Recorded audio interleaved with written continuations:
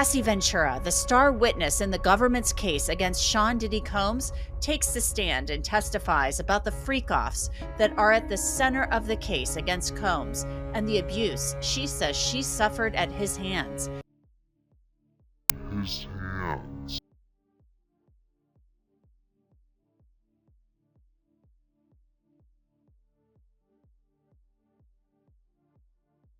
That's what Cassie Ventura told the jury in Sean Combs' trial about the freak-offs. The freak-offs were those sometimes days-long sex parties that Ventura would take part in with male sex workers. Ventura said Sean Combs directed the freak-offs, and she and Combs would find these male sex workers to take part in them using Craigslist. Ventura said Combs dictated everything: the use of baby oil, the sex acts that Ventura engaged in with the escorts, the drugs that were used, including Viagra, and the length of the freak-offs. The freak-offs took place in Combs' homes in several cities, in Ventura's homes, and in hotels across the globe. And in some instances, these freak-offs became violent, and federal prosecutors say they have proof of that. It's this video from a hotel hallway in Los Angeles in March of 2016. It shows Combs chasing Cassie Ventura out of a hotel suite.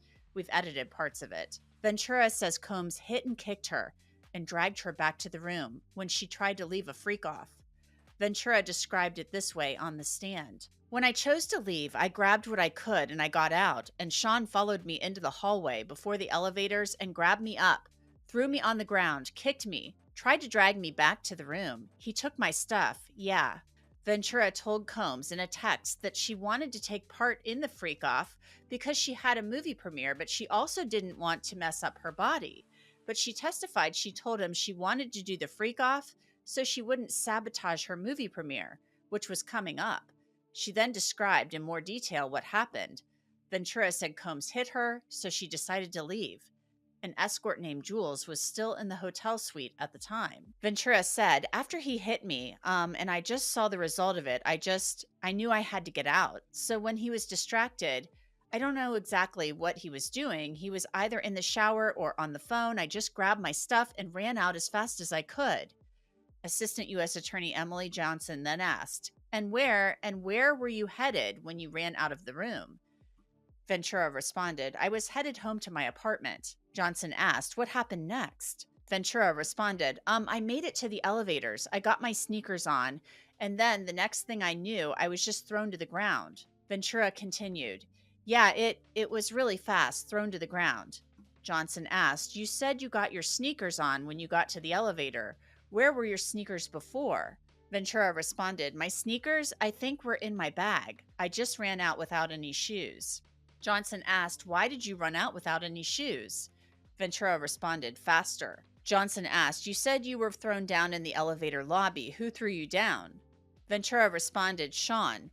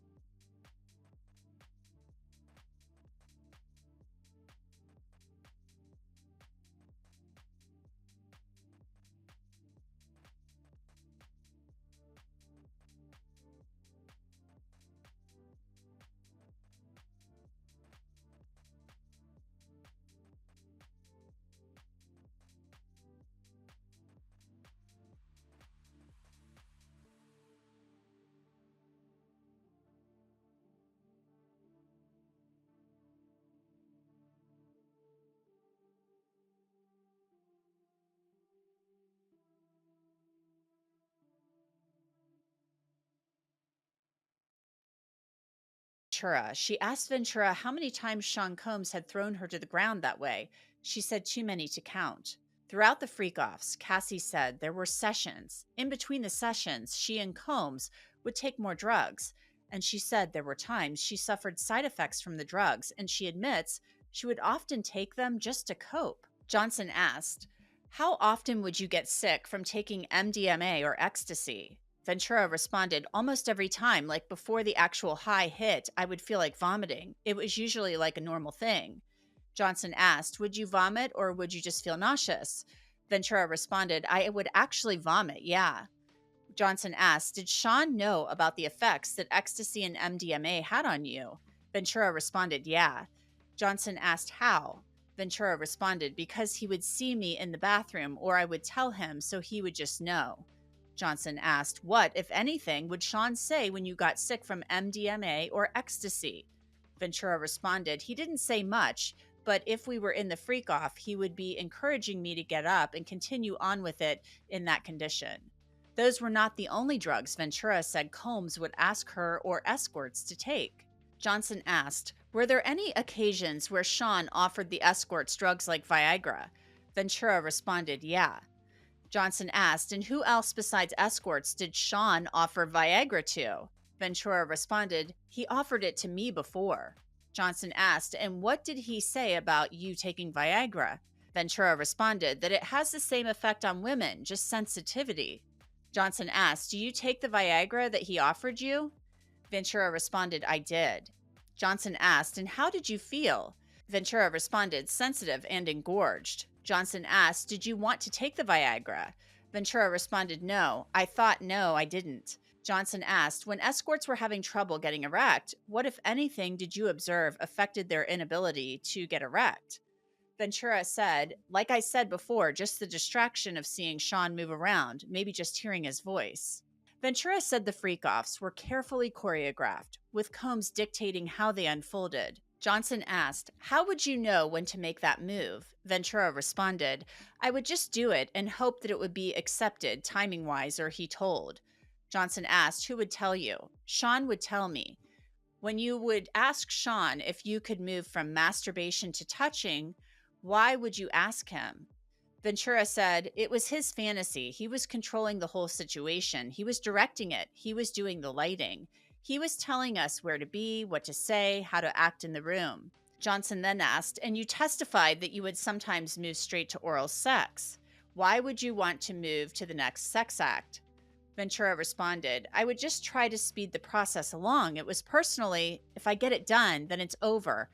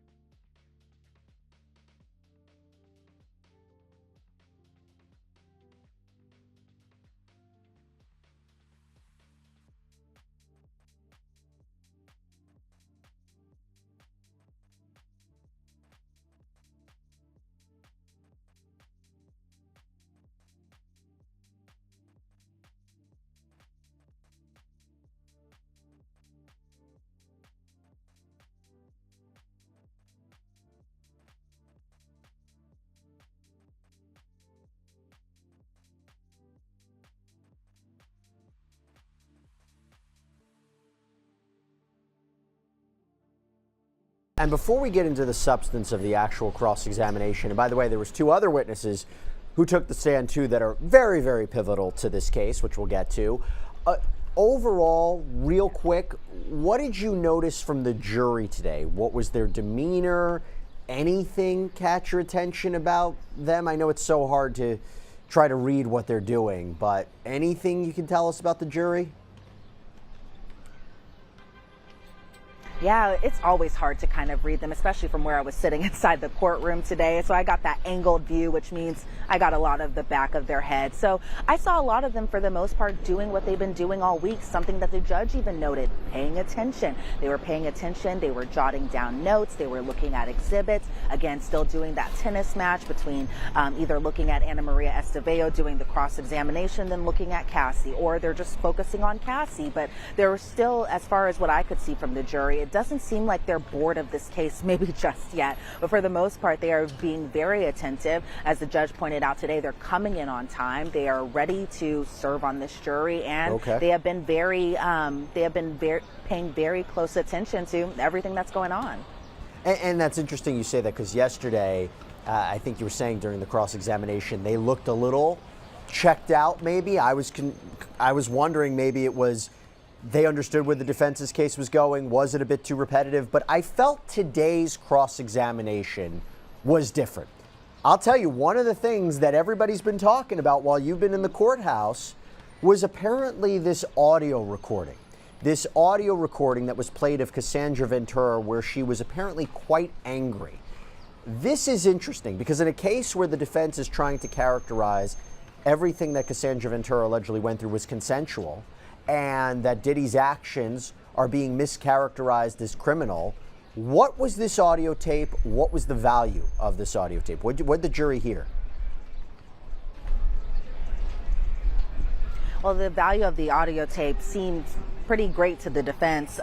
It was from 2014, and it was an audio recording between Cassie and somebody that she had worked with named Sujit. Now, Sujit's kind of important to Cassie's story because Sujit had told Cassie he had an sexually explicit video of her on his phone that somebody had told him about this video. And so she confronted Sujit about this because she had initially thought this was a freak-off video and just wanted to know where he had gotten this video, how did this video come into his possession. And so the audio was, I think, kind of a pretty bombshell moment this morning with the testimony goes, because when you're listening to Cassie on the stand, she is very soft-spoken. She is very quiet and she is very calm, cool, and collected when she's answering questions. But under this audio, you could tell, and this was, more than 10 years ago at this point, but you could tell she was very, very upset while trying to confront Sujit about essentially this sexually explicit video. So it was taken in Atlanta.